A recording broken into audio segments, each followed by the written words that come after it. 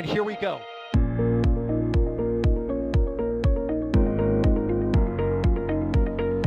There's the W. Here's ignition. Roger roll, Atlantic. Doubling up. Did it just do a Kerbal? Back to the moon and beyond.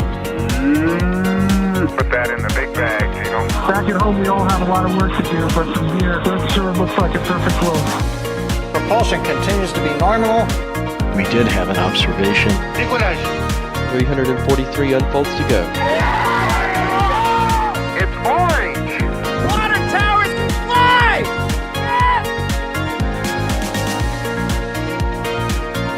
Bingo! Right in the center. Where's Jacqueline? There it is! That was surreal. That's not what we want to see. No! Oh my god. Yikes, you bet. Sure. We don't need any more of these.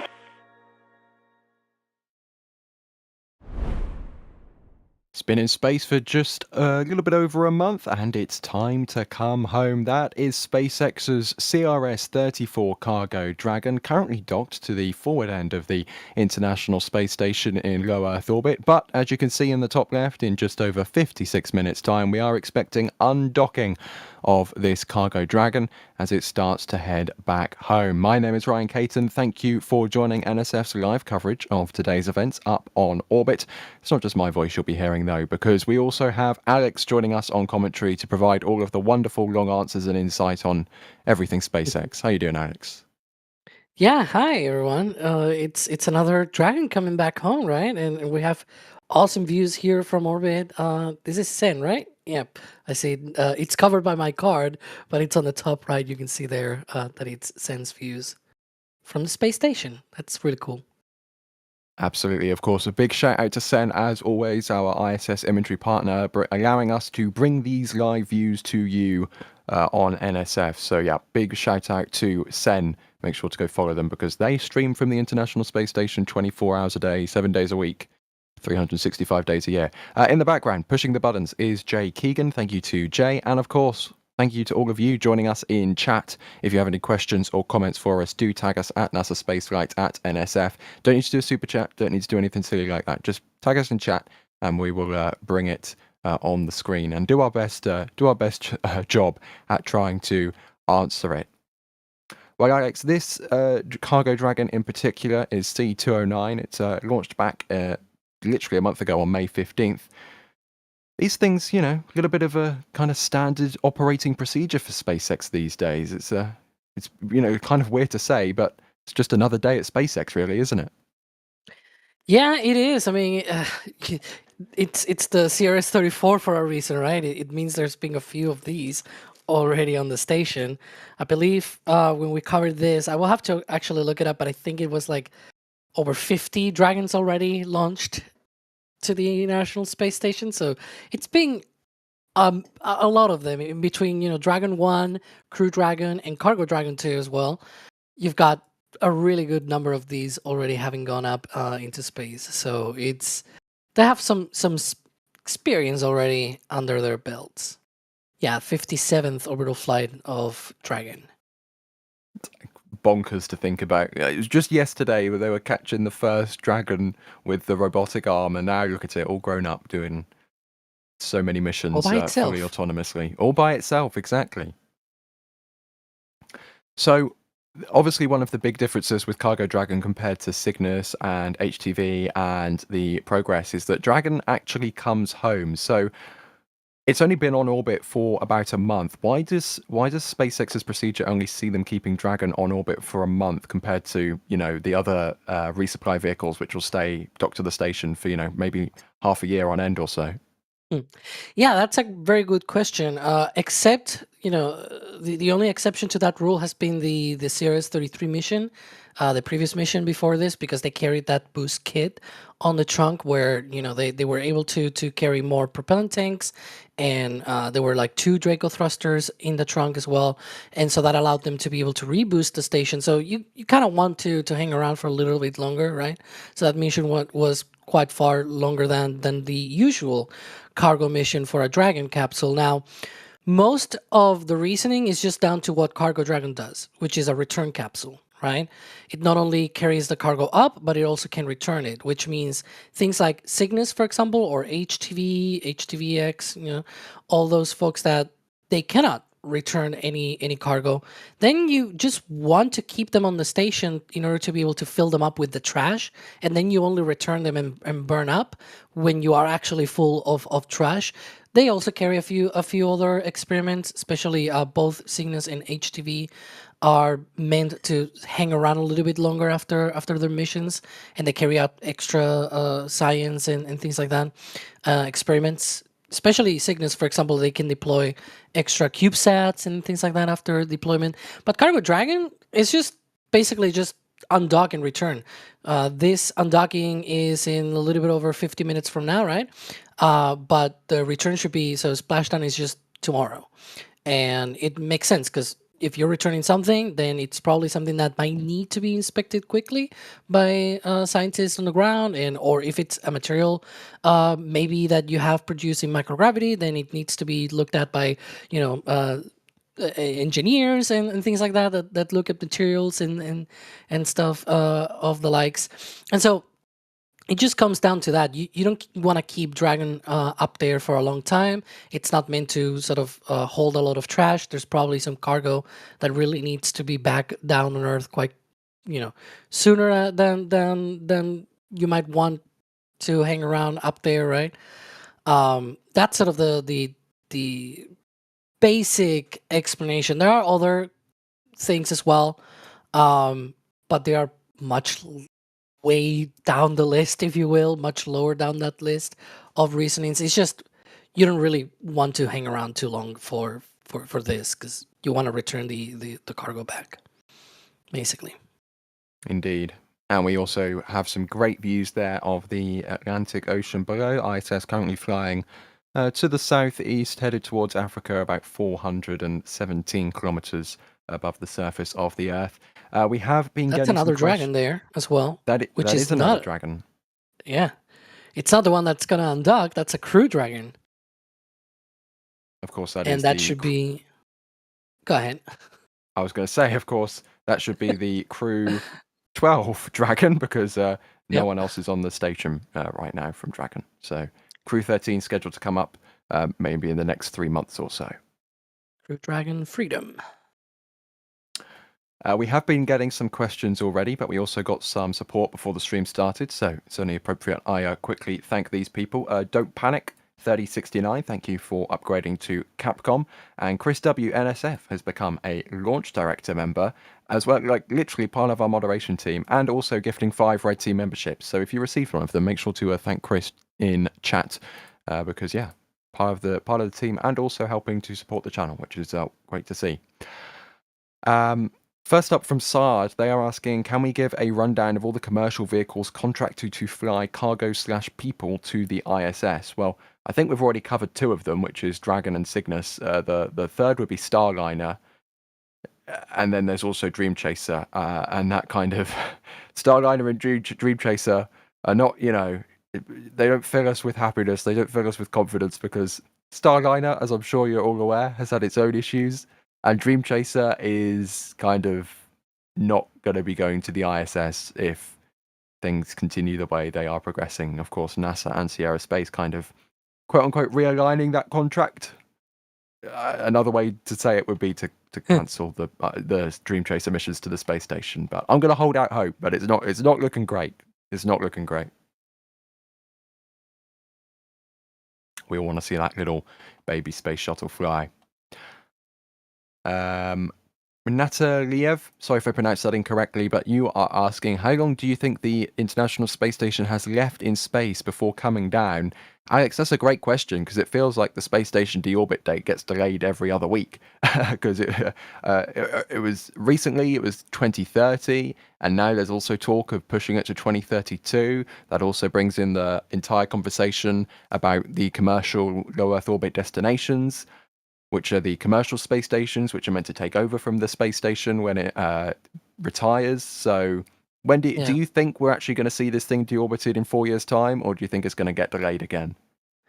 I think they're going to try and have as much overlap. I really want to not have a gap, basically. Because in previous times, we know that a gap in capabilities is not great. And like, Space you know, shuttle. exactly, like Apollo, it was like, yeah, we're gonna have shuttle up and running mid 70s, late 70s. It's okay. We can get rid of Apollo and all of that hardware. It's okay. Then shuttle delayed into early 80s. Basically, they were thinking about using shuttles first few flights, either the first or the second, to meet with Skylab and reboost and everything. By the time shuttle launched for the first time, Skylab had been deorbited for like 2 or 3 years. It eventually re-entered, I think, in 79, 78, more or less. Not too well on that, but then of course shuttle, then to commercial crew. It was also like 9 years as well, 2011 to 2020. That was not great. Originally was supposed to be like 2015, 2016 for commercial crew. Yeah, that did not go as well. So it's no surprise that they're trying to extend the life of the station. Not long ago, it was supposed to deorbit in 2028. Then it moved to 2030. I think if it keeps moving, it's just going to be on 2-year increments until we actually have, an actual overlap in capabilities there between private stations and the ISS. And then you get the US deorbit vehicle, which is sort of like a modified cargo dragon, right? It's going to dock to that port, to that same port that we're seeing on the left-hand side. And it's going to deorbit the station. And that's pretty much what's going to happen. I do think that if they sort of extend to 2032, there's going to be a higher chance that commercial stations might be around by then, especially not just around, but actually able and capable of running a permanent crew on board, which is rather different. The ISS took like 4 years until it was outfitted enough that they were able to keep a crew for like permanently, basically. And so it's not easy to just, you launch the station and you suddenly don't have those stuff. You have to launch crew and enable things and whatever, or now with automation and all that, things need to happen, right? And need to start running. And you also want to keep that station in orbit for a little bit to sort of, gauge that everything is okay inside of the spacecraft. That's always really important. So we'll see when that happens. I think 2032 might not be that unfeasible though. On the left-hand side there, on that awesome view from Sen, just starting to see the west coast of Africa pop into view, which is very pretty. Thank you, Jay Keegan, for the enhance. It's always great to see our home planet from above. About 44, just under 45 minutes to go until that scheduled undocking at 5 minutes past the hour. We have got, speaking of this view, we actually have a question related to this view. Ripety is asking about the dark line around the edge of the docking ring. What caused that? I don't think it's charring, Alex. I'm pretty sure that's just the seal of where that folding nose cone kind of comes to rest, isn't it? Mostly sure they're talking about the yellowish residue on the docking adapter, that international docking adapter, the IDA. That one I think is just hypergolics, or maybe even outgassing from the paint, for example. Sometimes it turns yellow as well. It's not really very critical. Like it's very, how to say this? It's very easy for things in space to just turn into yellowy stuff and things like that. Like you see this cargo dragon, it looks very pristine and everything. The other one, CRS-34, when it undocked, it was very much yellow. And that's because of the outgassing of certain paints and residues and things like that. You can see a very similar yellow hue sort of paint, if you will, or residue on the other parts of the station where there's also like hypergolics involved in the station. For example, on this VESA module, you've got that module since 2000, right? So it's been 26 years up there, and it fires thrusters, and you've got also Progress and Soyuz spacecraft going near those modules, and so they also have this little yellow coating. I don't know how to really call it. It's a weird coloring that they turn into. I mean, these things have been up there for a few years, so it's natural that they're going to be aging. I'd be more concerned if they weren't aging, to be honest. They'd have to send up Yeah. an EVA every other day to give it a new lick of paint. Now that you say that, I remembered that IDA port, IDA 2, was sent in April 2016. Was, I think, fully installed like a few weeks after that. So this has been up there for like 10 years already. It's been a while. And those international docking adapters, that's what IDA stands for. They have a little bit of history in themselves because one of them was, I'm pretty sure, I'm right in saying, one of them was actually lost in the CRS-7 anomaly when that Falcon decided to falconed on that particular launch. Yeah, that was not a great day for the ISS program, especially when they were coming out of a Cygnus launch explosion just a few months before. I think that was December. I feel like it was like less than a year before or something like that. Yeah.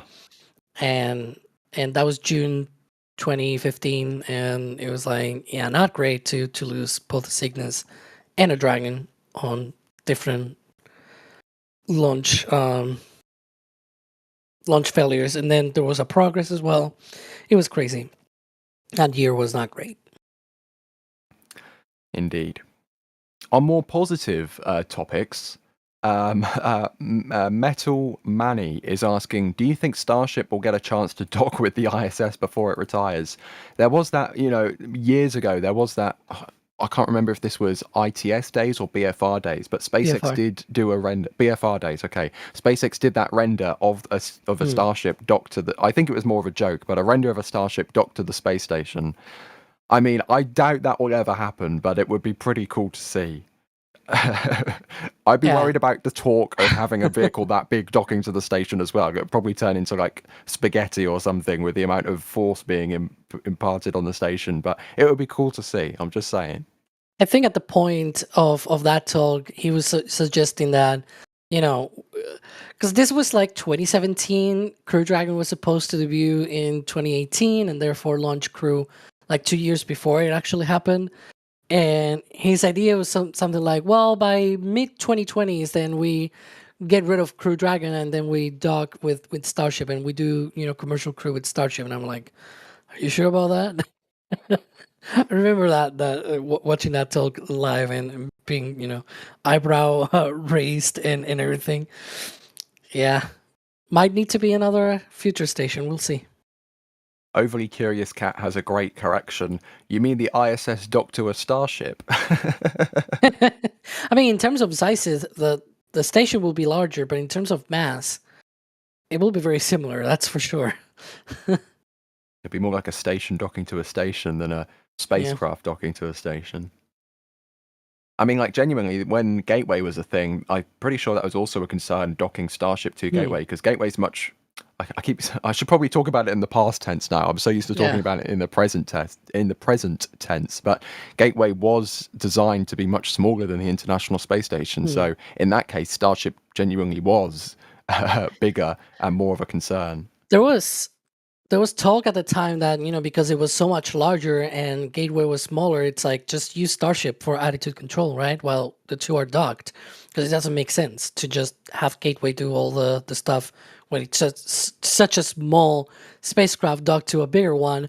And I think that's basically what's going to happen when Orion docks to HLS, right? And we've got all of that stuff. We talked about this on the Flame Trench last week. We covered this in the latest Starship Update episode, where it's like doing the whole controllability thing with Orion on Artemis 3 is not a critical thing, but it's a really neat thing to test, because oh my god, that's a really big spacecraft docking to a small spacecraft, right? And so you kind of need to work out how you're going to be doing attitude control.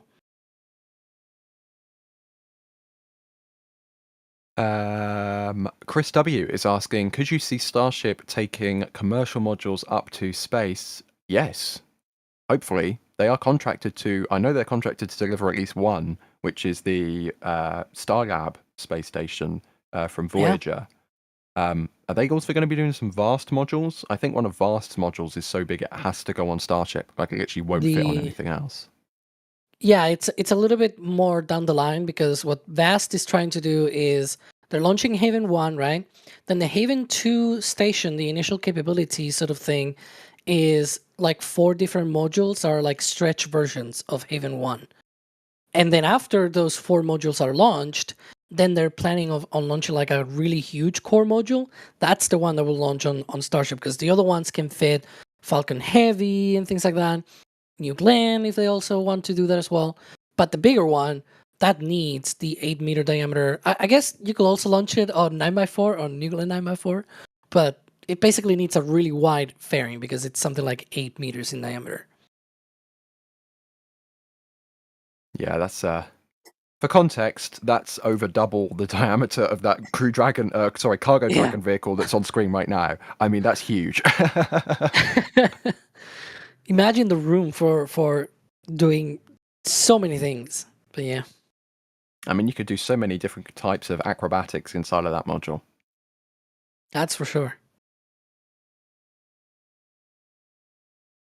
Troy Rupert says, feels so wrong to throw this thing away. Chompy Starship needs to save the modules. I agree. It would be so cool to see a Starship come and bring the modules back down, and they can like build out a new wing of the Smithsonian Air and Space Museum and just have, you know, the space station on the side of the National Mall in Washington, D.C. But on the other hand, these modules are kind of been in space so long they've pretty much welded together. So it'd be a bit of a job to separate them all out and actually get them inside a Starship individually to bring back down to Earth. But if it was technically possible, it would be cool. But I guess you'd also need to find someone with a lot of money willing to make that happen. Does anyone know anyone who just made a lot of money in the spaceflight business? I don't know, over the past 4 days? I know a few. Gabriel GG is asking, is there still a plan to have various commercial space stations in orbit, or will there only be one? Alex, there's been a lot of talk about those commercial stations recently. NASA at the Ignition event were thinking of doing their own core module. That's no longer happening. Could you just give us a little update or rundown on what on earth the plan is with the commercial space stations? Because it seems to change quite regularly. Yeah, I believe what happened is that NASA sort of proposed this government acquired core module. It was still the plan was still to have the companies do it on their own, but also like acquire it through government contracts and things like that. Like actually have the government own a core module that will dock to the ISS, and then every other company could aggregate their own modules to that and prove out that, you know, their station systems and everything could support crew and blah blah blah, and with that mature technologies enough so that they then can undock from that core module and be on their own, right? That was sort of the original idea from that Ignition event. A couple of weeks ago, Bethany Stevens, the NASA spokesperson, she said, we're backtracking on this. We're going back to the original plan, because the company sort of replied to their own request for information, paperwork, and all that stuff, and they gave enough arguments to please don't do this, right? And that's basically where we are at right now, where we're back to the original plan. Axiom will have their own station attached to the ISS, which will then detach in the future, but everyone else will be able to freely, you know, do their own thing in orbit. You don't want to go to the ISS orbit? Okay, sure, good for you. Well, you know, you go to your own orbit, you do your thing and whatnot. That there's Orbital Reef by Blue Origin. There's Starlab by Voyager / Starlab. It's like a venture. It's like a combination of multiple different companies, including Airbus from Europe. Yeah, it's a whole bit thing. of a mess. But yeah, you've got those 2 stations plus Axiom. Those are like the original ones.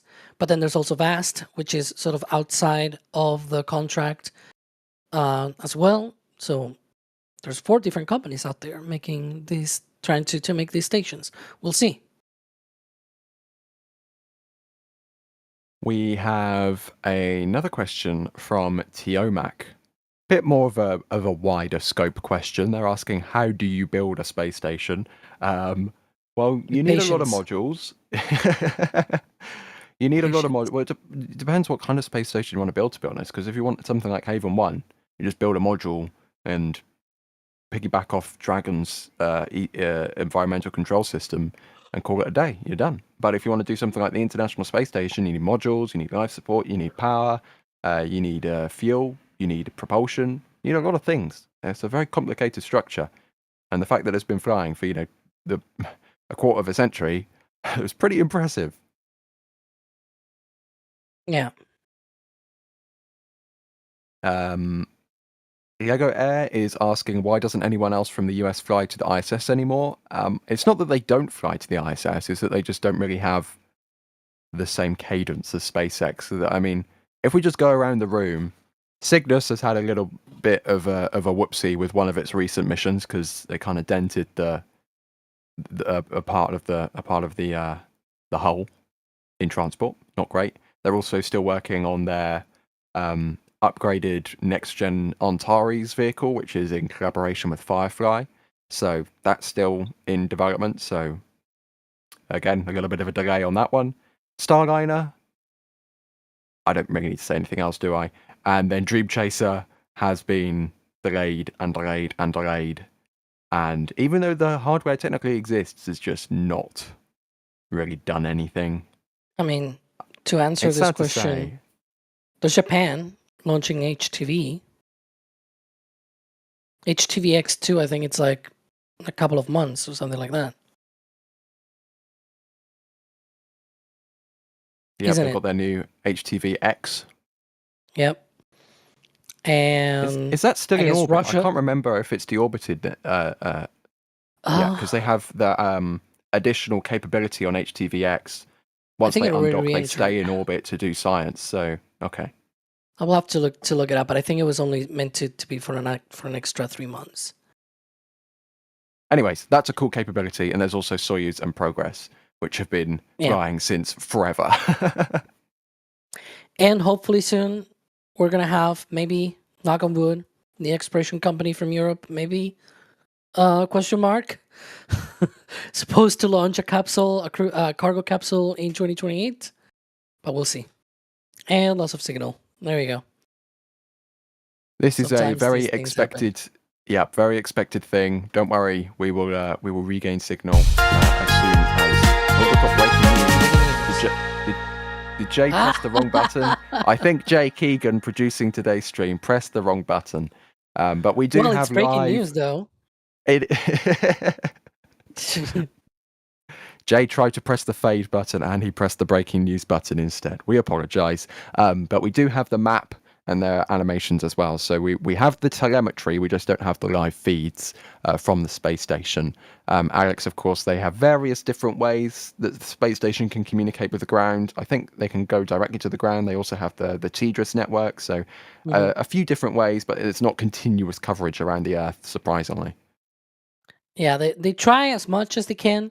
It's also the Southern Atlantic, which I wouldn't be surprised if it was also due to the Southern Atlantic anomaly with all the radiation and whatnot.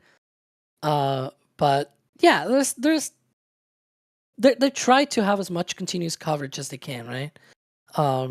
But sometimes there are a few gaps in coverage. But here we are back. That didn't last too long, right? It was a couple of minutes. Nope. And it looks like we are actually entering sunset here from this perspective of the space station, just passing over the Terminator south of South Africa. So it's going to be a little bit dark from here on out, but don't worry, fingers crossed we will be able to see. Dragon has lights on it, I'm pretty sure. So when the undock occurs, we'll be able to see Dragon. Not see Dragon, that's a completely different thing. We'll be able to view Dragon moving away from the station. We're talking about Starship docking to the station. Imagine Sea Dragon docking to the station. Jeez. Bideford, thank you, has done a $25 super. Thank you very much for your ongoing support, Bideford. I must admit, the Dragon is one of the gorgeous reusable capsules. Dragon, I do have to say, Dragon is a very sleek looking vehicle. It is very, very pretty. It's very clean. especially when it hasn't been in space for 6 months. When it's only been in space for a month, it's a very clean vehicle. And when the stickers don't start peeling off as well, that also makes it look extra good. I also like how they keep the kind of shape of the Crew Dragon vehicle, even though they aren't installing the Super Dracos for the aborts. So they still have kind of the pods on the side, but they don't actually have the motors. So pretty cool kind of design. Yeah, you can see there on the left, Cargo Dragon, and on the right is Crew Dragon. Very similar, but also very different.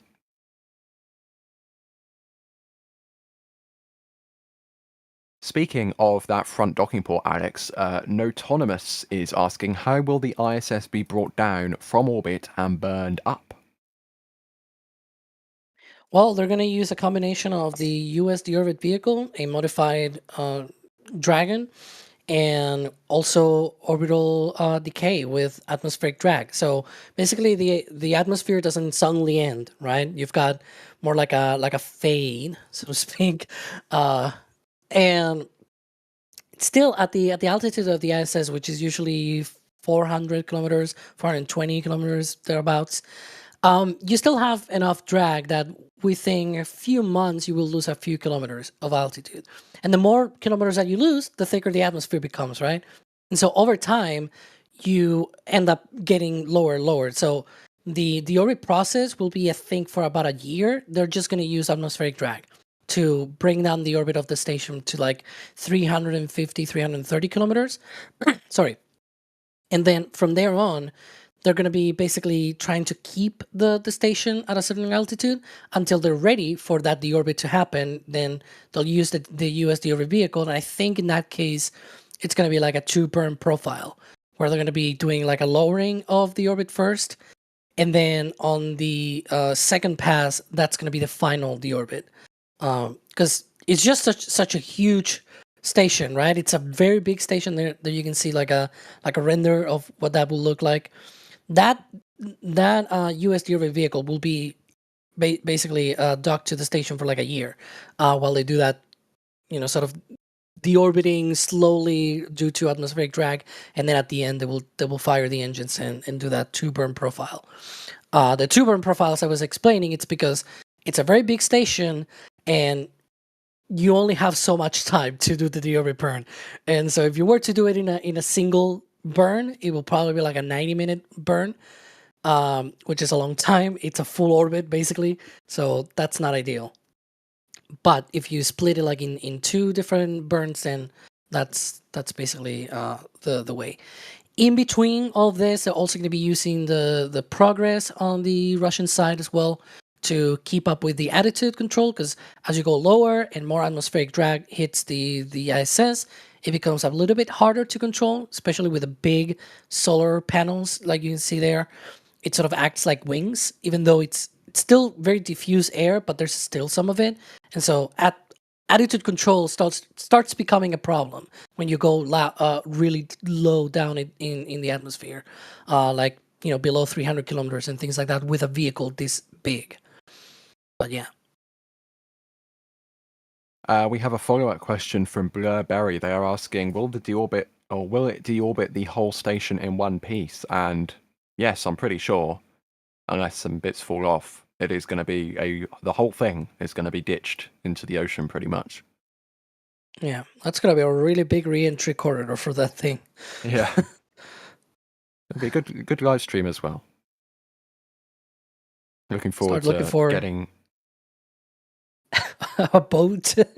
Yeah, I was going to say, we're going to need to get a kayak out to the middle of the Pacific with like a Starlink Mini on it or something. And very close to sunset, and it looks like we just hit it there. And those little lights, by the way, those are not stars or anything. In fact, this camera is looking down on Earth. It's not looking up, it's looking down. Those are just dead pixels from radiation and whatnot. Yeah, exactly. This camera's been on station for a little while now, much longer than the SEN cameras have. So after getting bombarded with radiation, it is, it damages the camera a little bit. Yep. As to be expected.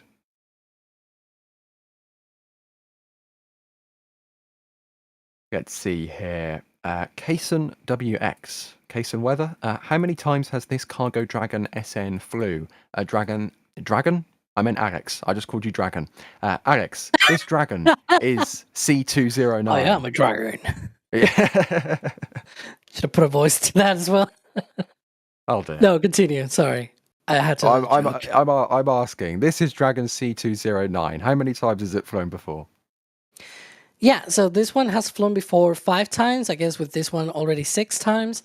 It flew CRS-22, CRS-24, CRS-27, CRS-30, and CRS-32. And now, of course, it's going to complete CRS-34 as well. But yeah, it's not the most flights for a Dragon capsule, because that's Endeavour. C206, that's their serial number. The C stands for capsule, the 2 is for Dragon 2, and then the serial number, whether it's 06 in this case, it's because it's the 6th capsule. In the case, for example, of the currently Crew Dragon docked to the station, that's Crew Dragon Freedom. Its serial number is C212 because it's the 12th Dragon 2 capsule. There you go. And so yeah. Endeavour already did 6 missions as well. Crew Demo 2, Crew 2, Axiom 1, Crew 6, Crew 8, and Crew 11. So, but yeah, this was the first time for cargo that they did 6 missions. They were actually talking about, having to do a few... Houston on Space Ground 2 for Dragon Undock.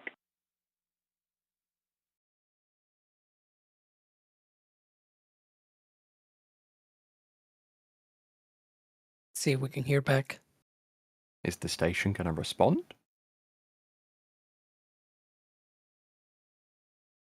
The station is not available at this time. Please contact your call center. Oh, what's happening? Please leave a message after the tone. Dragon is go for undocking and departure. Good news. There we go. The Dragon's kill.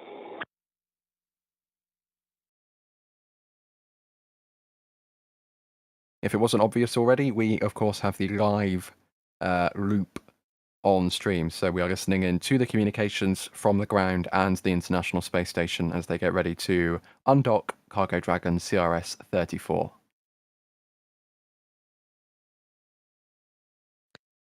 Yeah, before the mission launched, they were talking about how they had to still do a few more extra certification checks and things like that in order to be able to certify Cargo Dragons also beyond 5 flights, because originally Dragon 2 was designed and built for up to 5 flights, but as they kept flying them, they were like, well, maybe we can do more. Now they're trying up to 15 flights per capsule. So, but they're getting there in a flight by flight basis, because it's the very first time they're going beyond 5. So good morning and welcome to Mission Control Houston and the International Space Station Flight Control Room at NASA's Johnson Space Center. Good morning. Definitely not at Johnson Space Center, but good morning, yeah. 19.5 minutes left to go until that scheduled undocking time, 5 minutes past the hour. We have got another super chat here from Oliver Platt. They are asking, if you were the head of SpaceX and now have 80 billion in capital to spend, how would you spend/allocate the money? I am not the head of SpaceX for a reason, so I think it's better for them to make their own decisions. But, 100 billion to NASA, let's launch SLS every 2 weeks, let's go to the moon, let's build a moon base, Anyone disagree? Nope, okay, we're gonna launch an SLS every 2 weeks. I hear no dissent. There we go, problem solved. Hey, the problem is that it launches not too frequently. It's like the opposite. Somebody was asking why do people like the shuttle but not SLS? It's the same technology. And I'm like, the shuttle launch at least 4 or 5 times a year. If SLS launched 4 or 5 times a year, I don't think I will be complaining, because at least you get some bang for your buck. That's one way of saying it. That is a live view inside Mission Control in Houston, Texas. Just like us, all of their cameras are dark because it's nighttime on the space station, so we're not hiding anything from you. It's just dark right now. On that note, Amy is asking who is taking control today. Is it Kennedy or Houston? Well, this is Houston. This is where the American side of the space station is controlled out of, but I'm pretty sure Hawthorne will also be involved as well, Alex, because of course this is a SpaceX mission. Yeah, during launch, so there's Mission Control Center and then Launch Control Center, right? Dragon works very similarly, where they have a Launch Control Center at Kennedy Space Center, and then they have a mission/flight control center in Hawthorne, in at their former headquarters, I guess, in California. And then for station operations, when they get close to the station, then Mission Control Houston from NASA sort of gets in because it's their station, and so it's quite appropriate for them to sort of go into the operations as well. And sort of it's like a mixed operations sort of thing, and responsibility then falls into NASA's hands. At that point, people at Hawthorne are basically just monitoring.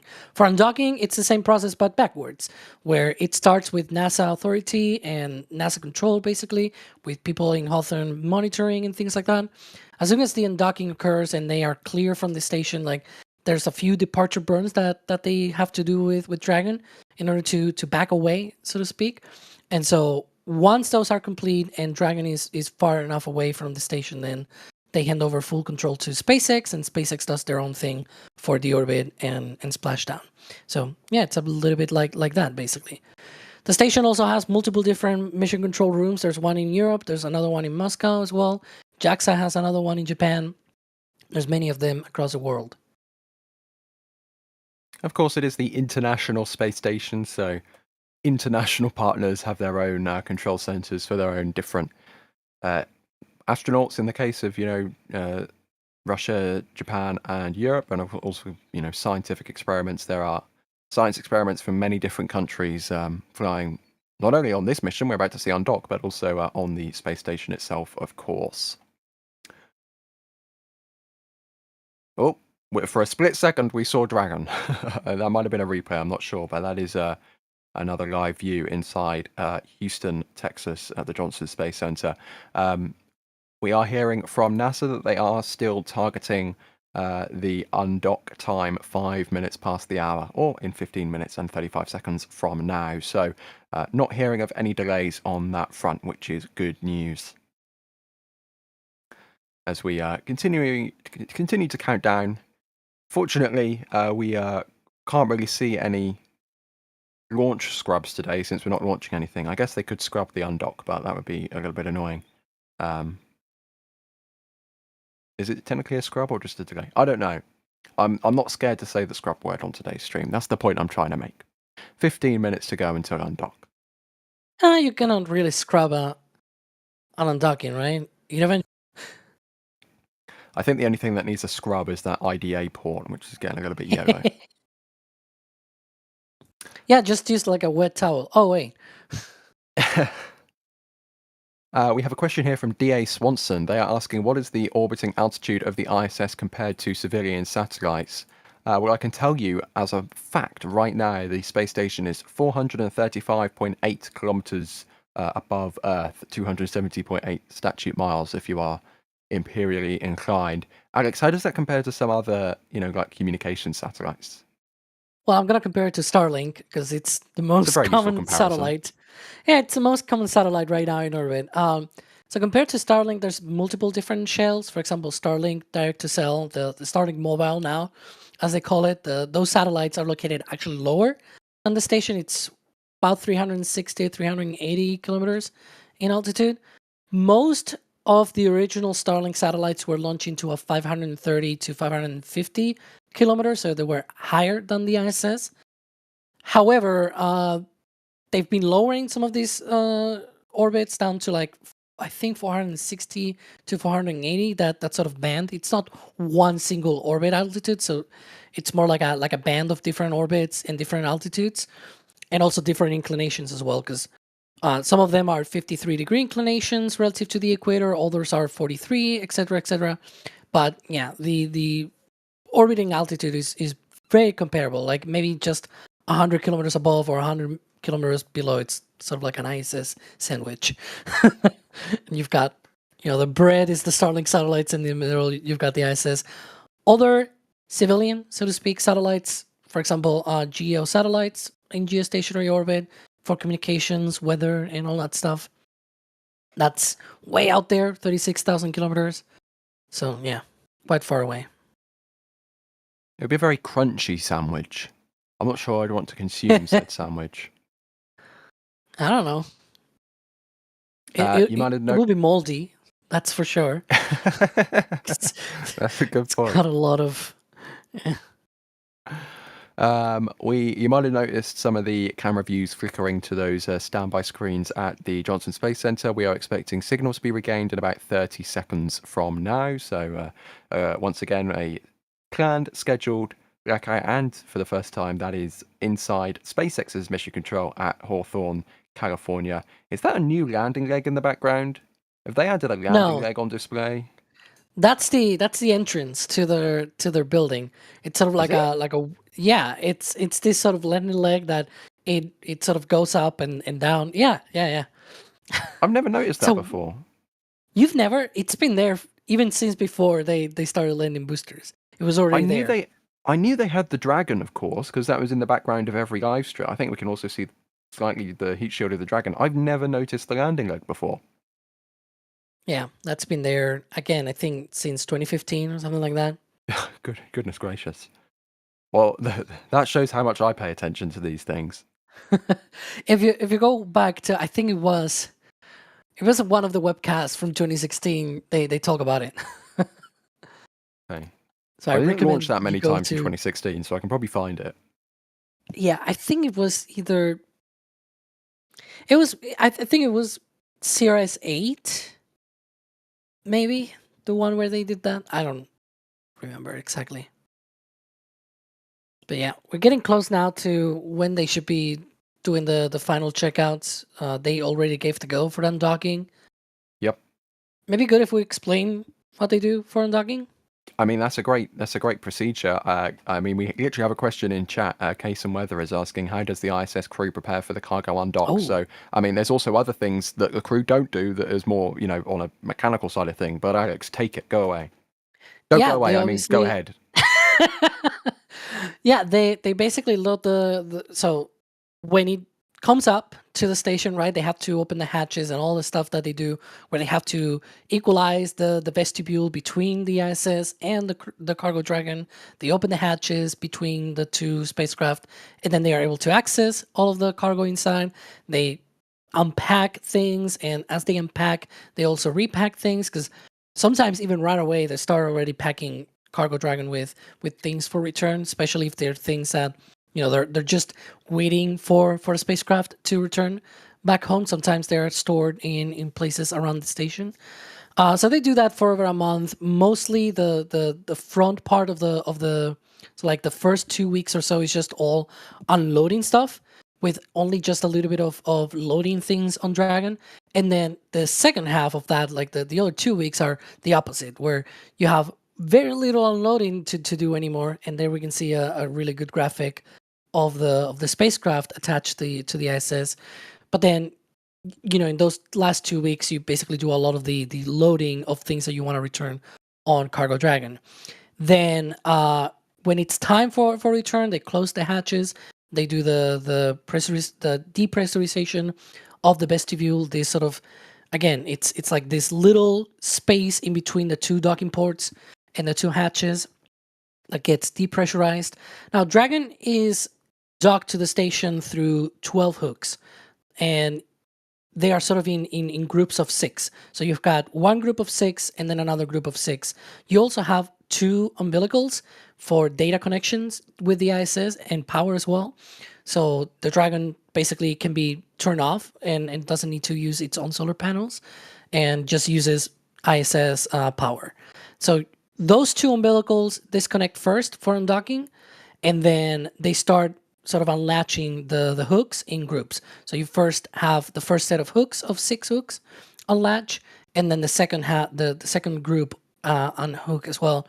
And one of the things is that there are no springs, there are no ways for Dragon to really push away mechanically. So what they do is they fire the engines. Once those hooks are all disconnected, they are physically disconnected, but still sort of, mouth to mouth, if you will, with the station. And so they need to fire thrusters in order to be able to physically separate away from the station and back out. So that's basically how it works. They disconnect umbilicals, and then the two sets of hooks separate as well, and they just back away. Which is also why this undocking command that they need to send, it's usually 5 minutes before the actual undocking happens, because that whole procedures of, you know, umbilicals disconnecting and hooks opening and all that stuff takes a while to happen, and so they give it like 5 minutes or so. Thank you very much for that, Alex. And we are about just crossed 2.5 minutes exactly from that command being sent for undock, which is good news. We're right on time. Whilst we are watching the space station orbit around planet Earth, I'm pretty sure, unless anyone on board the station is watching, or Tiangong for that matter, is watching this live stream right now, I'm pretty sure you're all going to be on planet Earth. So, while we have the opportunity, why don't you let us know where you're watching from in chat? Because there's a chance that you might actually be on stream right now because of Jay's cool globe graphics. So technically we're all on stream right now. So yeah, let us know where you're watching from in chat. It's always great to see all the names of all the different countries and cities and everything pop up in there. So, yep, and the moderators are already annoyed at me. Fantastic. We have just come out of another one of those expected blackout periods as well. So we're expecting loss of signal with just under 33 minutes. So we should have good signal to watch Dragon undock in 6.5 minutes time. But let's take a look at chat here. James Eagle says they're actually on the ISS. I have reason to suspect you might be tugging a lie there, James. I don't remember seeing your name on any of the crew manifests, but I'm seeing a lot. I'm seeing Tennessee, Italy. We've got Canada in there. We actually flew over Canada on this stream right at the start. We've got Kentucky, Charlotte, North Carolina, Chicago, California. Just Will says Earth. I mean, it's very accurate. Montenegro, Texas, another one from Kentucky, Maryland, North Dakota, Netherlands, the UK. No one from Spain. Well, we've got you on stream from Spain. I so guess. That's good enough. Okay, 5.5 minutes until that scheduled undocking time. So we are just a few seconds away from that undocking command being sent. I think if you look on the left view in mission control, I've got like a 9 box. The bottom middle box, I think, is actually a live feed from inside the space station, which is pretty cool. Right under the KSC TV HD color bars. And then on of the 2 screens on the right, so there's like 3 panels, right? The one in the front, and then the one on each side, and each side has like multiple screens. The screen all the way to the right, I'm sure that's I think it's called Rendezvous Program Operations, or something like that. It's like RPOP or something like that. Rendezvous Proximity Operations Program or something like that. It's a weird program that they've been using. I don't know since like the shuttle era. That it's being updated over time, and it sort of displays the current position of the spacecraft relative to the ISS, and it sort of programs like it calculates and sort of tries to guess what the trajectory will be relative to the station in the future for that spacecraft based on its orbital parameters. It's really weird, but it's being used for so long. Even SpaceX uses that for their cruise displays on Crew Dragon. Just their own version, but it's very useful the way that they put it and everything. You can see there, for example, like 2 different lines going to the left, up and down, and things like that. It's sort of like a cone of departure, and that's where Dragon should be, and things like that. But yeah, they have various kind of imaginary boundary zones around the space station where the vehicle has to be at certain points, and it's all part of the safety. If you recall back to when Starliner undocked from the crew flight test without a crew on board, they kind of fired all the thrusters and backed out immediately. That's because they weren't 100% sure if the thrusters were going to be okay, so they wanted to get that spacecraft out of the way of the space station as quickly as possible. I believe Cargo Dragon has a little bit more flight heritage than those Starliner thrusters, so we should be good with Cargo Dragon. We are now just almost 2 minutes beyond the point when that undock command should have been sent. Not sure, haven't heard confirmation it's been sent, but Station Houston on Space it's Ground here. 2 for Dragon departure status. We might be about to find out. With you on 2. Wanted to let you know we're working a couple more items down here on the ground. Right now we're targeting 1605 for undock, and that may adjust some of your exercise constraints, shift to the right 5 minutes.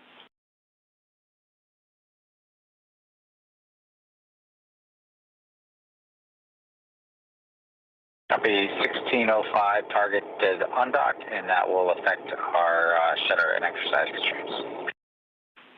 Great read. Okay, so did I just hear a beep? I'm not sure if I just heard a beep. 1605, so they talk in Coordinated Universal Time, which is the international time zone. They use that on board the space station. It isn't affected by daylight savings or any silly things like that, so it is currently just gone past 1603 Coordinated Universal Time. So I'm not sure whether that was for the undock or undock command. I think they said undock at 1605, or at least that's what space station read back, and then they Houston copied. So I'm going to assume it's still undock at 1605, which will be 5 minutes past the hour, or in 1 minute and 40 seconds time. They're delaying 5 minutes apparently. That was the command being sent 5 minutes past, which means they're going to be. There we go, Okay. 10 minutes past. That makes sense. So they are doing a 5 minute delay as they review data on a navigation system. So there we go. Short delay, 5 minute delay. That's what they were talking about there. They're delaying their exercise period by 5 days. Of course, they don't want to be exercising and moving the space station at the same time as they move or undock Cargo Dragon. Probably not a great idea. Just a 5-minute delay. It's okay. Still more on time than the trains run in this country. So Usually they have like an hour, 2 hour window for undocking. They have usually plenty of time for this, so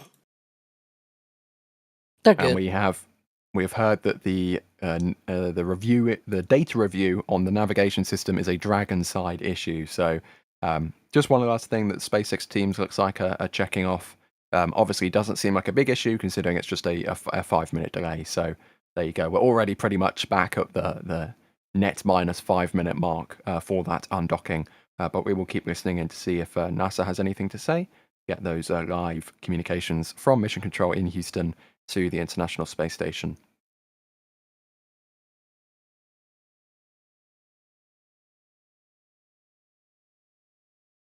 Let's see here. We have a question. Whilst we have a couple minutes to talk, we have a question here from Sard. They are asking, what starfall? Has SpaceX said anything about it publicly? We did cover this in a little bit of detail on a recent episode. I think we covered it on This Week in Spaceflight and Starship Update a couple of weeks ago. But Alex, very briefly, what is starfall? Because a lot of people have been asking this question. It's SpaceX's version of Varda. If you've heard about on-orbital manufacturing in space and things like that, there's a company called Varda Space Industries which does a similar thing with their own little capsules and things like that. SpaceX is just doing that. It's like little capsules to stay in orbit and do manufacturing, maybe point-to-point transport of cargo and things like that.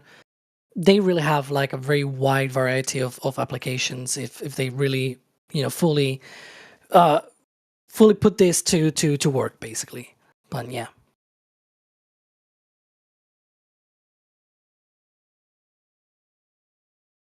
Thank you. Now, Was that short enough? Minutes.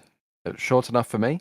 We're now 4 minutes from undock. So as a reminder, they're meant to send that undock command 5 minutes before undock. So that would have been a minute ago, but we are yet to hear confirmation about that. So not sure if that's going to be another little slip, or if we will hear more confirmation on the loops soon. Fingers crossed, maybe. I hope. Maybe we'll get a beep to interrupt us. Hopefully. 3.5 minutes left to go until that scheduled undock time of 10 minutes past the hour now.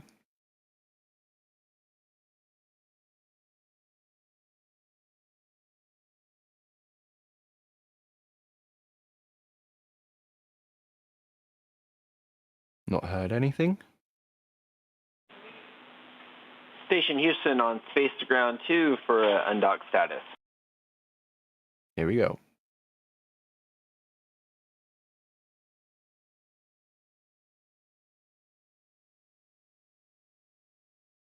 With you at 2. Yeah, Jack, just wanted to let you know that we're troubleshooting a part of the GNC system on Dragon. We're looking, right now we're still go for undock, but we want to regain full redundancy. And because of that, we're going to delay undock till 1620. That's our new target.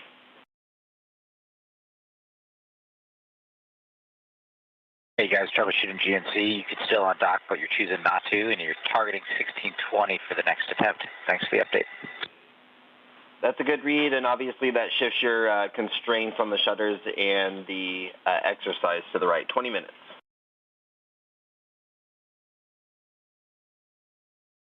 Well, now I'm starting to regret saying that they can't scrub this. In right for shutters and T2.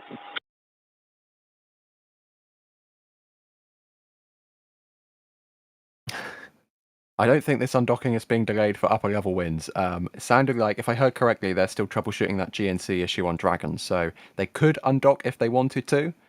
So it's not like an actual problem, but they just want that extra redundancy with that GNC. That's guidance, navigation, and control. So I mean, it's perfectly a suitable reason for a delay. So now targeting 20 minutes past the hour. And that clock in the top left is counting down to that time, 11.5 minutes from now. So fingers crossed SpaceX teams will be able to get that little issue out of the way, and they'll be able to undock by that time.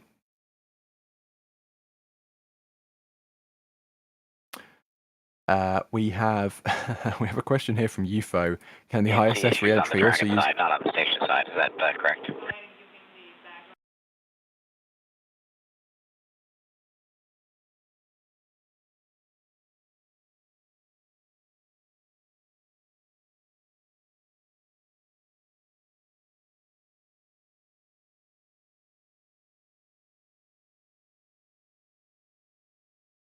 Are we going to get a response? Jack, with you on 2. Yeah, we had a radiation hit on axis 2 of the accelerometer. Per our flight rules, we can still undock in our current state, but we're going to power cycle that IMUL so that we can regain full redundancy. Good old turn off and That turn makes on. sense. It's on the Dragon side, but I appreciate the clarification. So a radiation hit on one of the accelerometers of the guidance, navigation, and control. So you're going to turn the accelerometer off and turn it back on again and hope that it fixes the problem. So Ryan, you were saying before, this is not for upper level winds. Well, I will say this is for very, very, very, very, very upper level winds. Solar wind, maybe. Upper level, we've got a scrub. No, not a scrub. We've got a delay for upper level solar winds. Brilliant. I was going to make the joke that technically it's a wind, upper level, really, really upper. Different type of wind. Yeah. Anyways, back to the question from UFO in chat. They're asking, can the ISS reentry also use the Nauka module to get stations spinning during reentry just for NITA fireworks? I hope not. I hope Nauka behaves from now on. That was certainly an event on station when that thing arrived. Thankfully, the thrusters are disabled, like physically disabled. They closed the valves and everything. The whole thing spun because they were... As you just heard Capcom speaking with NASA astronaut Jack Hathaway. Yes. Undocking has been delayed. The physical undocking of Dragon has been delayed to 11:25 a.m. Central, 12:25 p.m. Eastern. SpaceX is working to power cycle one of the 6 IMUs, or inertial measurement units, to ensure they have the proper data and gain full redundancy they need with the GNC system. So it sounds like the times they're giving the astronauts is the command time, which is 5 minutes before the undock time. So undock 25 minutes past the hour. We're expecting that undock command at 11:20 a.m. Central, 12:20 p.m. Eastern. with an undocking or physical separation targeted for 11:25 a.m. Central, 12:25 a.m. Eastern. I'm so good at my job, I predicted what the NASA lady would say.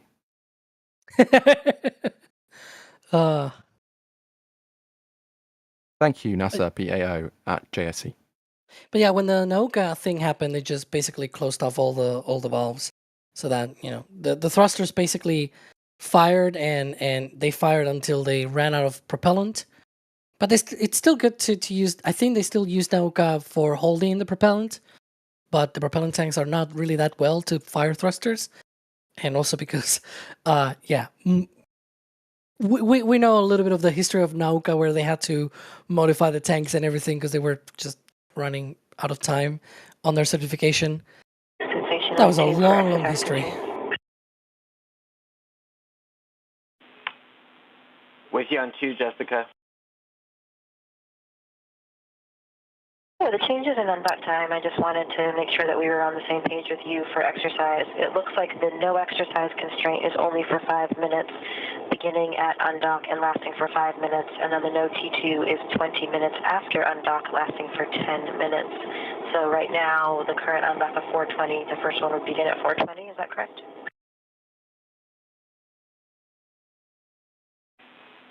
You are correct, Jessica.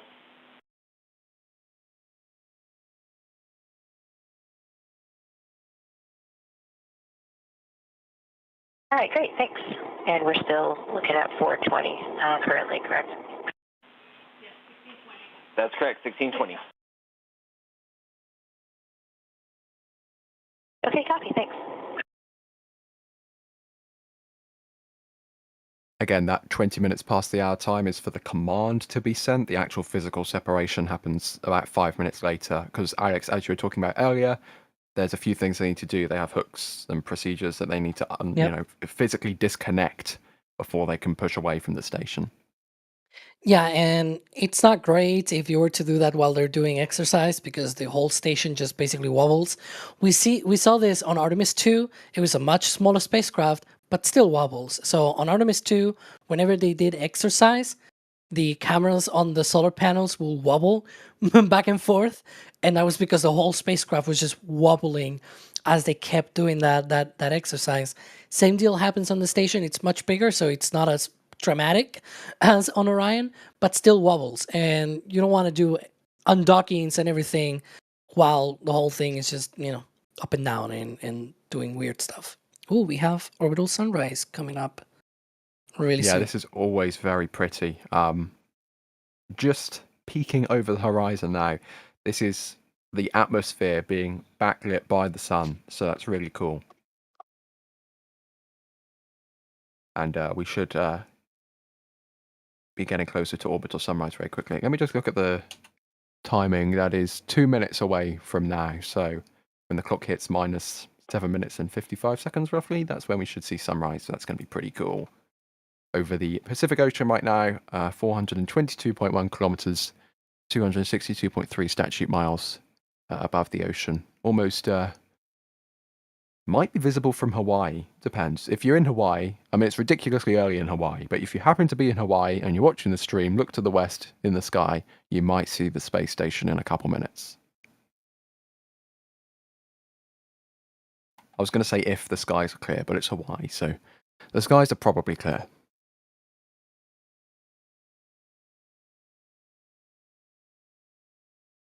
There we go, getting brighter.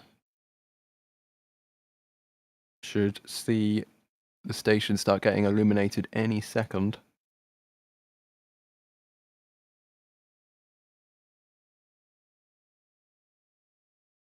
There we go, starting to see a little bit of the atmosphere on the right side there. It'll get much brighter in a second, trust me.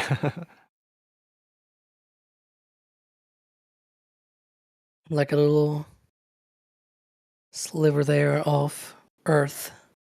Yeah.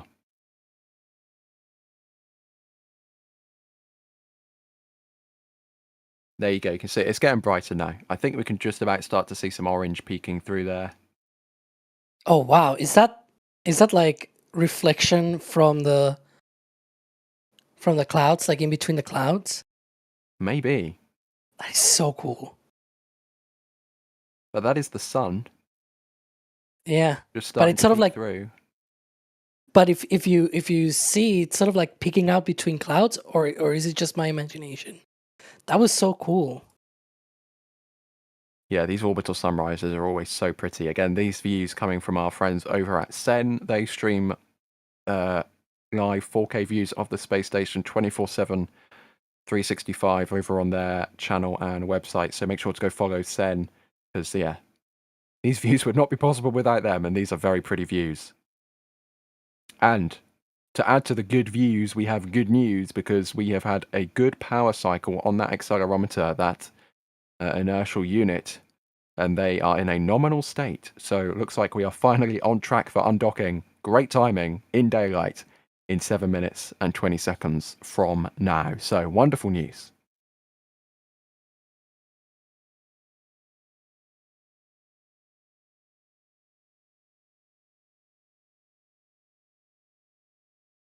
Being left a little bit speechless by that sunrise, to be honest. That's always very pretty to see. And the fact that they get to see this every 90 minutes is absurd.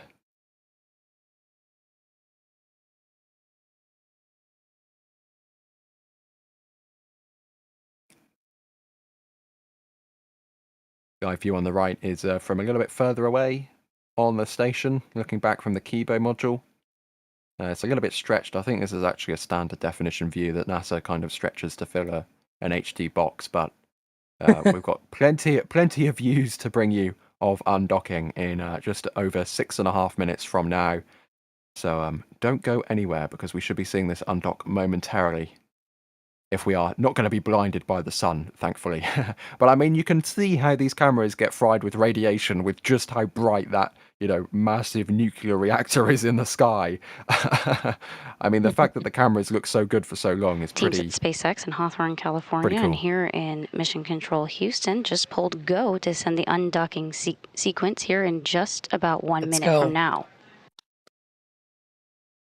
That's what we want to hear. So in about 50 seconds, we should see that command getting sent up to Dragon and Station. We are now just undock. under 1 minute away from that undock command being sent, and there are no concerns for departure at this time. Good news.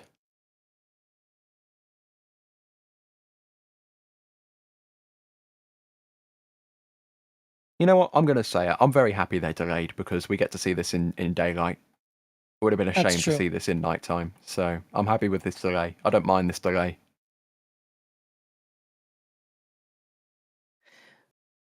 But yeah, we're gonna have first. So that undocking procedure, they first we are standing by for the disconnect command.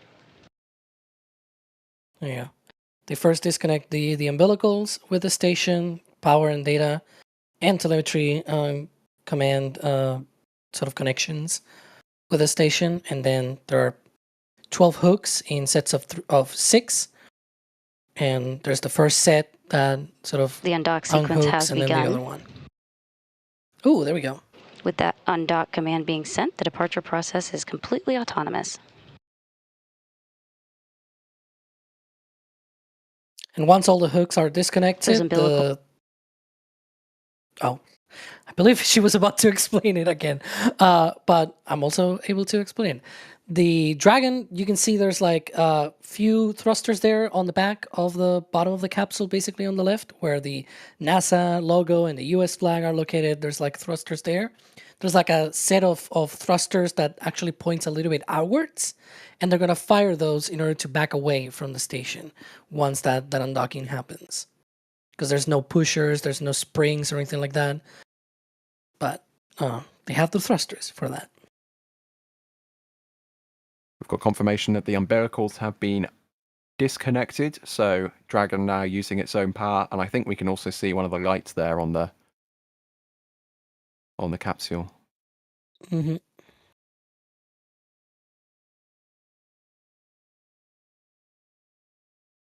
So we are now 3.5 minutes away from that separation.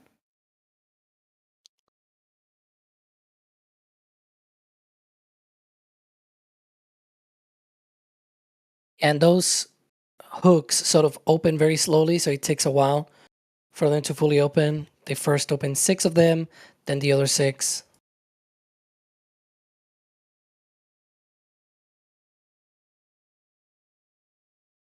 Beautiful view of Earth there on the left from Sen. Dragon on the right from NASA. 3 minutes left to go until physical separation, but those hooks will autonomously disconnect, allowing Dragon to back off. And this is going to look very graceful from Dragon.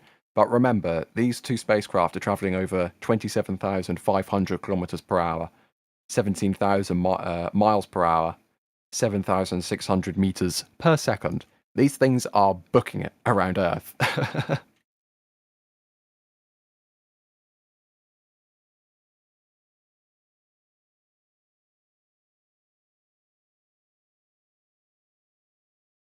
Two and a half minutes left to go now. Yeah, I don't think we have confirmation, but they must have already started the unhooking of the first set of hooks.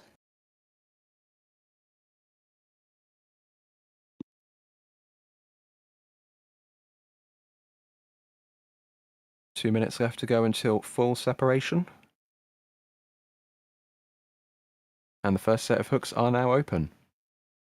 There we go. 2 for undock status. First set of hooks open. Dragon is committed to undock. There we go. Listen to station for a response. The second set of hooks are continuing to drive open. Sorry, station. Peace, Dragon's committed to undock.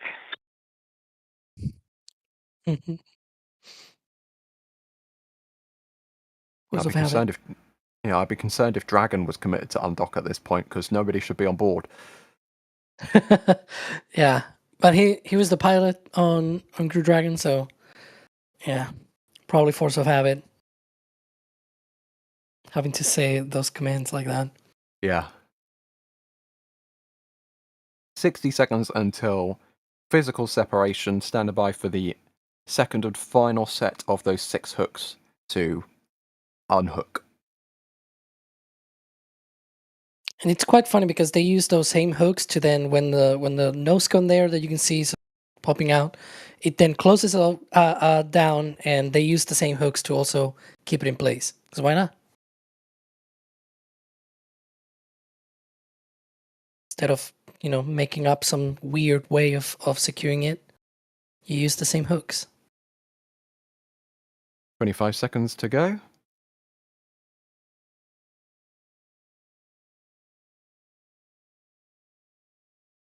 $15 seconds.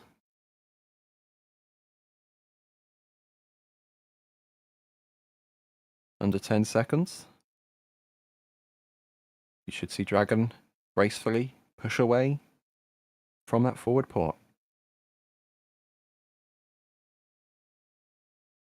And off she goes. There it is.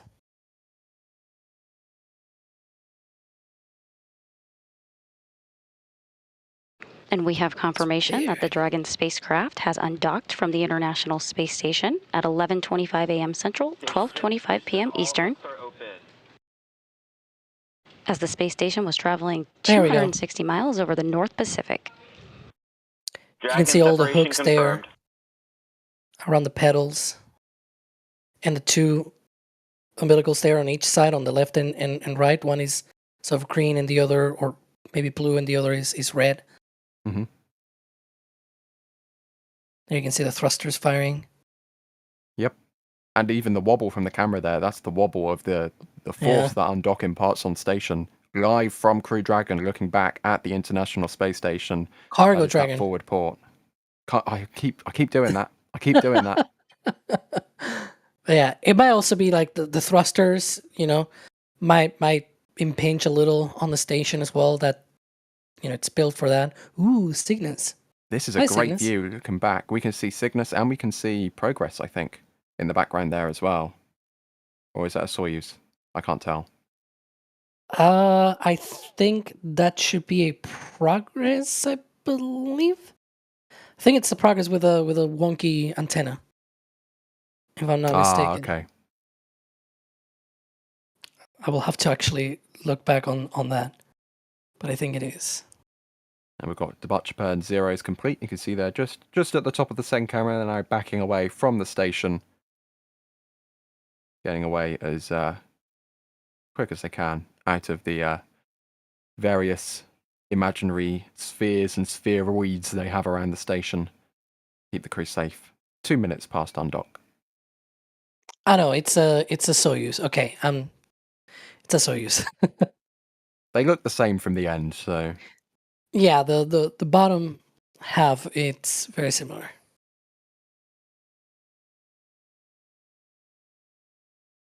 Thought it was docked to the Prishal module. I think that was a previous progress.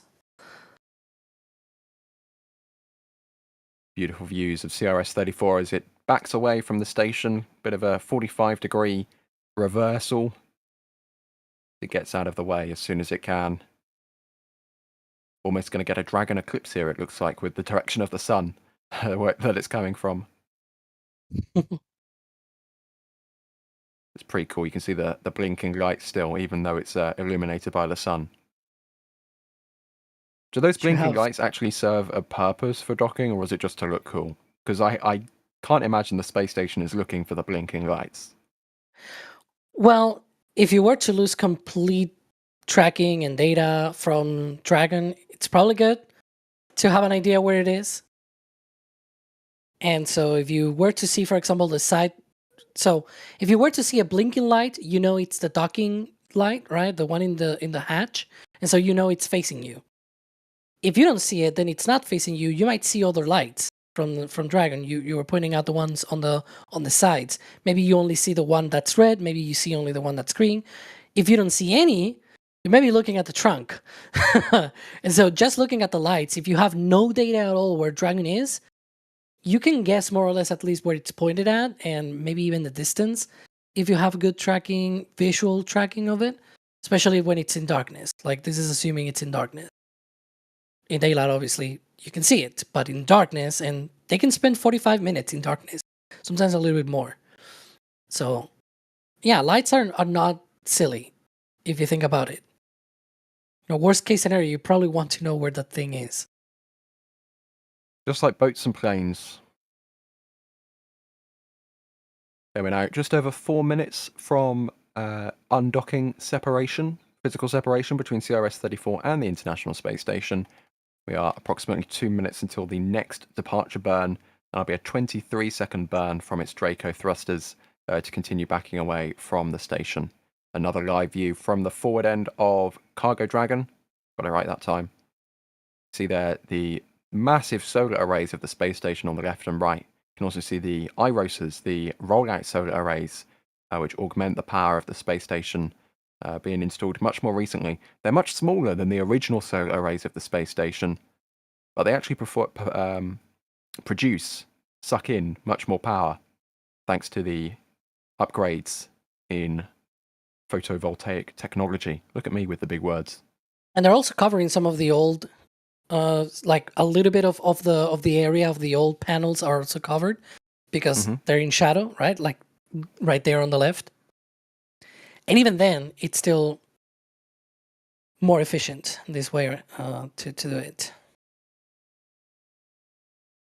And the great thing about this view, of course, as soon as I say that, NASA cuts away from that view. Typical.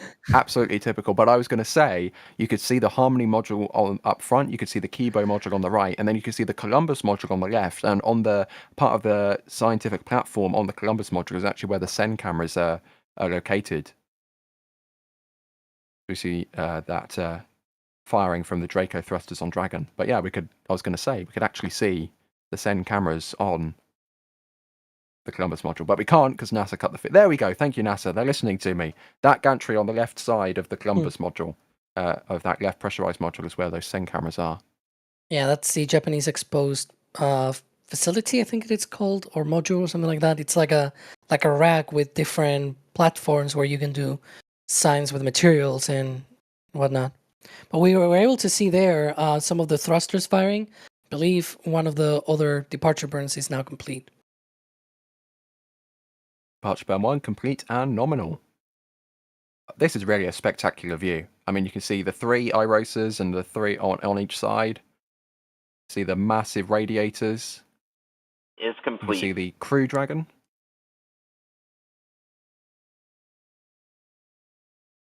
And you can see the Russian orbital segment at back as well.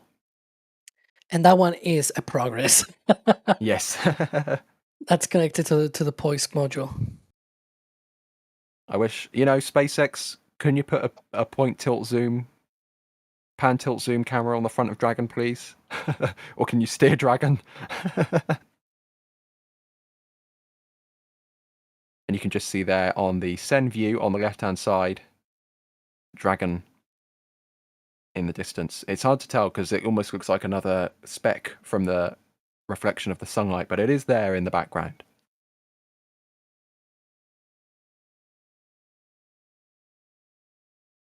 Yeah. And those little dots that you can see there, those are just lens flares, basically. It's not like another planet or anything. The only planet that you can see in this view is just Earth. And we have exited the keep out sphere. Thanks for the graphic, NASA. And you can actually see that. That's a pretty cool view. You can see Dragon actually tilting up from the perspective of the International Space Station. Thanks, Sen. Yeah, you can see it pointing up. It's already out of the keep out sphere. Yeah. So that's good. That's a really cool view. I believe it is now when they start transitioning to just all SpaceX authority.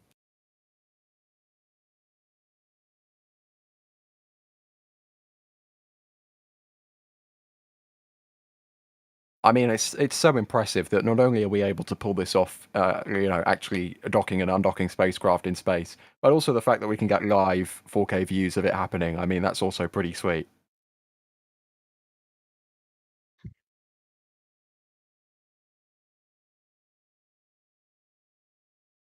Goodbye, Dragon.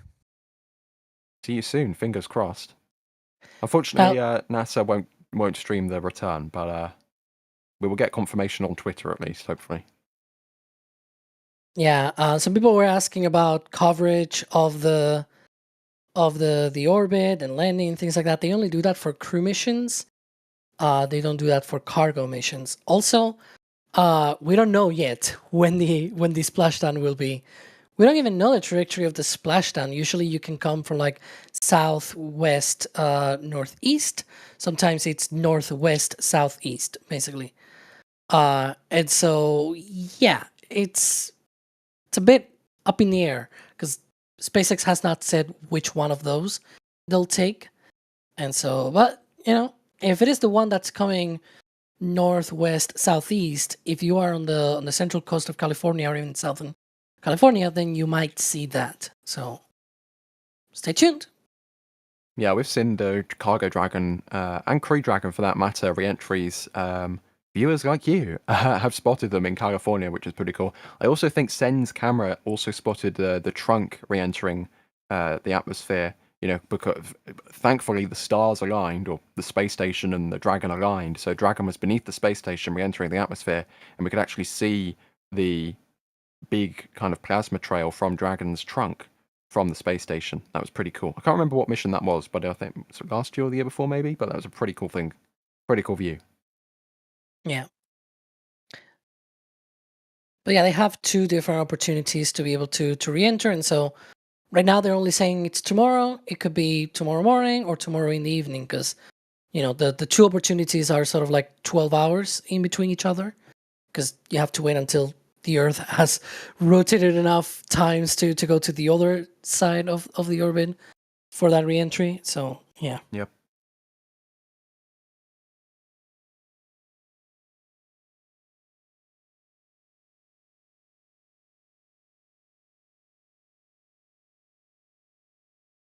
And looking again at mission control in Houston, they will still have joint control, both Houston and Hawthorne, until Dragon exits the approach ellipsoid, which is kind of the final bigger elliptical imaginary shape around the space station, which they use to keep the space station out of harm's way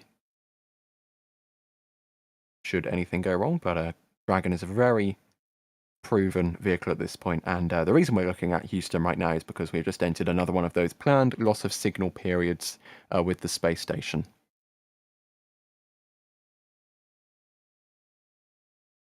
Currently orbiting just over Canada, over the US-Canada border, 424.5 kilometers, 263.8 statute miles above the surface. Continuing to travel at a whopping 27,500 kilometers an hour. Yep. I'd be concerned if it slowed down, so thankfully it hasn't. Given the opportunity, Mike Alpha Tango Sierra, thank you for gifting 10 Red Team memberships. If you received one of those in chat, make sure to thank Matt in chat. With you on two, Chris.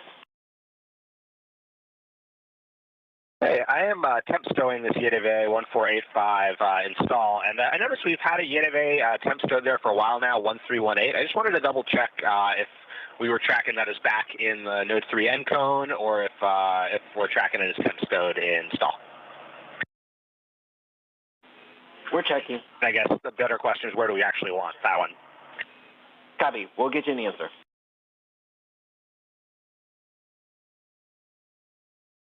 We have a question here from Actions Lat. Sorry, forgive me if I pronounced that incorrectly. Looks like we've got signal from station again. Is that the moon in the background? It's moving with Dragon as they pan the camera. Isn't there a new moon in the background? What else could that be, though? I mean, it's moving at the same. It's a fixed reference. It's not a flare, because that moves when the camera moves. It's fixed reference with Dragon in the background.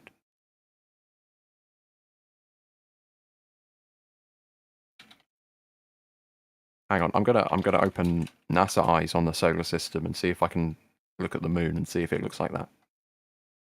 Stand by, everybody. I think that could be the moon. Pacific time, 7:11 a.m. Central tomorrow, June 17th.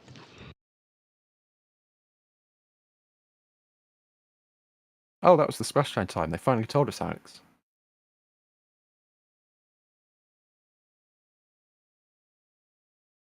I thought you'd be excited. Oh, sorry, I wasn't fully paying attention, I'm going to be honest.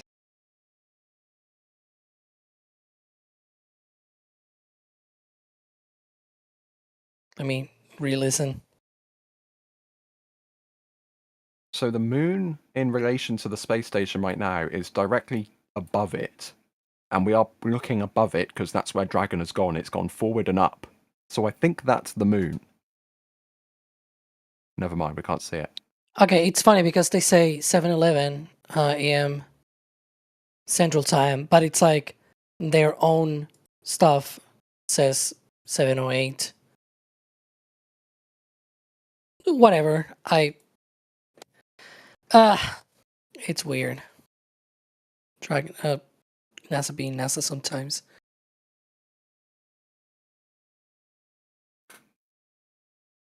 Hey, what I'm going to say is that on NASA's eyes, it also has a slither of the moon like that. So I think that's the moon.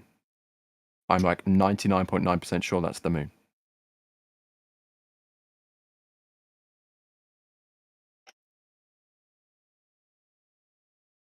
And I figured that all out by myself, so I'm very proud. So let's see. If it's at 5:11, was it? A.m. Pacific, right? So that means it's probably yeah, that's the one that just comes straight from the south to north. So that's not a good visibility one for folks in California, unfortunately. Well, if you're in the middle of the Pacific Ocean at that time, first of all, please stay out of the hazard area. And second of all, if you do see it, send it to us on the socials. Or on all the socials, you can find us. Yeah. That southern box there, not the northern box, the kind of the red coloured box, that's the one we're looking at there. Yeah, mostly based on the current trajectory, 24 hours from now. Like it will probably be the one south to north, basically, the one in red.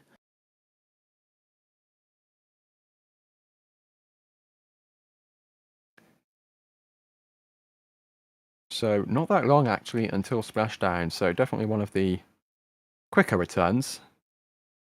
Of course, Dragon, unlike Soyuz, can kind of take its time going to and fro the space station. Yeah, with Soyuz, they basically undock and re-enter within 4 hours. Like that. They don't want to Although, hang to be honest, Soyuz is much more cramped than Dragon, so I wouldn't exactly want to spend a lot of time on Soyuz. So there's a reason why they do it that quickly.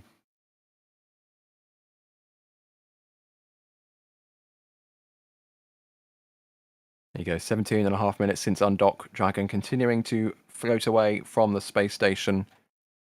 Currently 420.7 kilometers, 261.4 statute miles over the Atlantic shores, New York City.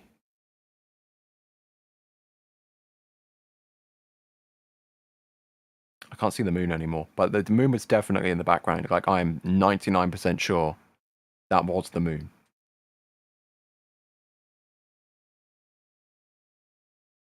I think NASA needs to, thank you NASA, moving the camera, or maybe move it a bit more. Because I think it's about to float out of shot again. There you go, keep going, keep going. This is like me when I tell the camera operators for Starbase Live, you know, move the camera a bit more, move the camera a bit more. I mean, there's a point where you will no longer see the moon, because it's probably already going to be sort of in the back. Yeah. Just the same way that the sun is moving back. Yeah, the space station keeps moving, funnily enough. I've only mentioned it a couple of times. Yeah. 27,000 kilometers an hour. It does do that. We had a couple more questions in chat.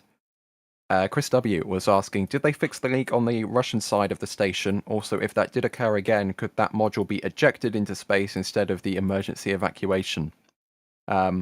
I don't think they'll probably ever fix the leak in this Vesta module, Alex. It's like it almost feels like a permanent fixture to the space station at this point. But could you give us a little update on what on earth happened with the leak? Because it feels like there was a whole like fiasco, like safe haven, and then nothing happened. Yeah, more like a one on station happened. Yeah. Well, that module has been leaking for a while. It's been like what, 7-8 years already, since like 2018, 2019, perhaps. So it's been a while. It's a very small leak. It's due to cracks on the very back of the station. It's like the sort of aftmost of the docking ports. There's like a little vestibule there in that docking port, and there are cracks there because, I mean, it's one of the most used docking ports, and so over time it's been too many dockings, too many. Especially, it's also the part of the station where, you know, if they do a reboost of the station and they fire the progress thrusters, then, you know, it's docked to that port and it has to endure all that force and everything. So it's very, like, it's no surprise that it happened there, right? For a long time, they've been trying first to see where they are and characterize these leaks. And there's like microfractures on the spacecraft sort of structure. They've been trying multiple different ways to be able to seal this off. They have not been able to. The way that they've been operating the station is that, you know, that vestibule is closed off for most of the time. And whenever they need to enter, for example, on progress, then it's opened. And that's when, you know, the pressure sort of goes down a little bit on the station, just a tiny bit. It's not a huge amount of difference, but just a tiny bit, as they try to equalize the pressures and things like that with that vestibule. But as I said, it's kept closed off most of the time. The latest thing is that they tried to fix or like reach to the crack, to one of the newest cracks that has appeared behind like a bracket or something like that in that area of the module. And they were trying to saw off that bracket, and NASA was like, you're doing what? Because this was the Russian space agency that was doing this and telling the cosmonauts, hey, you got to go out there and cut off a bracket or something like that from the module. NASA was like, we're gonna put our astronauts on the Dragon if you don't mind, because we don't think that's too smart and too risk averse or whatever you want to call it. But basically, it's a risky maneuver that they were trying, and NASA was not very happy with it, and that's why they sort of put everybody in their Crew Dragon, except for the 2 cosmonauts that were doing that operation. I believe the latest Eric Berger sort of talked about this in a recent article where he said that the latest conversations between NASA and Roscosmos is that probably what they're gonna do is just not use that docking port anymore, just close it off entirely. The station is it's got only like 4 more years on it, and so it's only useful that docking port for transferring propellant from the Progress spacecraft to the station. The station also has its own propellant tanks, and it's got its own thrusters, so it needs to be serviced with propellant every now and then. But it's only really useful for that. If you want to transfer cargo, you have other docking ports, so it's not a big deal if they don't use that. And we've got confirmation from NASA that Dragon has exited the approach ellipsoid, so they're out of that secondary imaginary shape of protection around the International Space Station. So good news. I'm pretty sure that now means that SpaceX is solely in control of Dragon and that return to Earth procedure. So now that we have a splashdown time, Alex, Mr. Killer MO is asking, when will the deorbit burn start? I'm pretty sure it's like just shy of an hour before splashdown, roughly. Yeah, a little bit under an hour before splashdown is usually when they do the deorbit burn. There's like 4 thrusters on the front of the spacecraft. Those fire impulses, it's usually anywhere between 10 to 15 minutes long. They're really small thrusters for a very big capsule. It's like 13 tons capsule, right? Between the capsule and the trunk. So it's a long burn that they do. And then they close the docking, the nose cone, they detach the trunk, and then they re-enter. But yeah. Of course, they moved the splashdown areas from the Gulf near Florida and the Atlantic near Florida to just off the coast of California for that trunk re-entry because, well, when they did that old procedure where they jettisoned the trunk a little bit earlier, they were, let's just say they were littering trunk parts over the outback of Australia. So some people not too pleased. Not too pleased with that one. But there you go, 24 minutes and 50 seconds on from undocking. CRS-34 is on its way home back to planet Earth, and that wraps up yet another cargo resupply mission to the International Space Station, SpaceX's 34th operationally. Kind of useful how they number them in order, right? I probably shouldn't say that because I'll start putting them out of order. Yeah, don't tempt the fate because we've had a good run so far. I don't really like it if it were out of order. But in terms of the next Dragon, I'm pretty sure that is going to be Crew 13, which will be launching to the space station sometime in September, roughly. It's usually, next September, that's when that happens. And then, of course, we'll have another cargo Dragon following after that. We've got some Cygni coming up on its usual schedule as well. And, of course, the usual Soyuz and Progress rotations as well. We'll probably see an HTV X in the mix from JAXA as well. Fingers crossed over the next few months. But with that, Alex, thank you for talking about SpaceX. It's something that comes very naturally to you. I guess also about the ISS and everything. I mean, I started, learning about space and everything way back when, like 16, 17 years ago or something like that. Especially because of the ISS. So yeah, it's always a pleasure to talk ISS and Dragon and SpaceX and all that stuff. It's really cool. Thank you to Jay Keegan for pushing all the buttons in the background. Of course, big shout out as always to Sen, our ISS imagery partner. They run these live views in 4K 24/7 365 over on their YouTube and their website, so make sure to go follow them on all of the different socials, as well as following us, of course, on all of the different socials that we have. I've been Ryan Caton for NSF. Thanks for tuning in, and thanks for watching. We'll see you next time.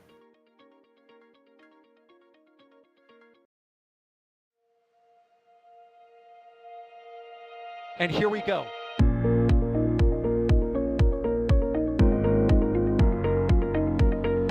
There's the deluge. Here's ignition. Doubling up. Did it just do a Kerbal? Back to the moon and beyond. Put that in the big bag, Gino. Back at home, we all have a lot of work to do, but from here, that sure looks like a perfect world. Propulsion continues to be normal. We did have an observation. 343 unfolds to go. It's orange! Water towers fly!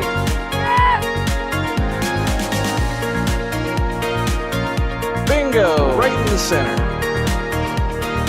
Where's Jacqueline? There it is! That was surreal. That's not what we want to see. No! Oh my god. Yikes. You bet. We don't need any more of these.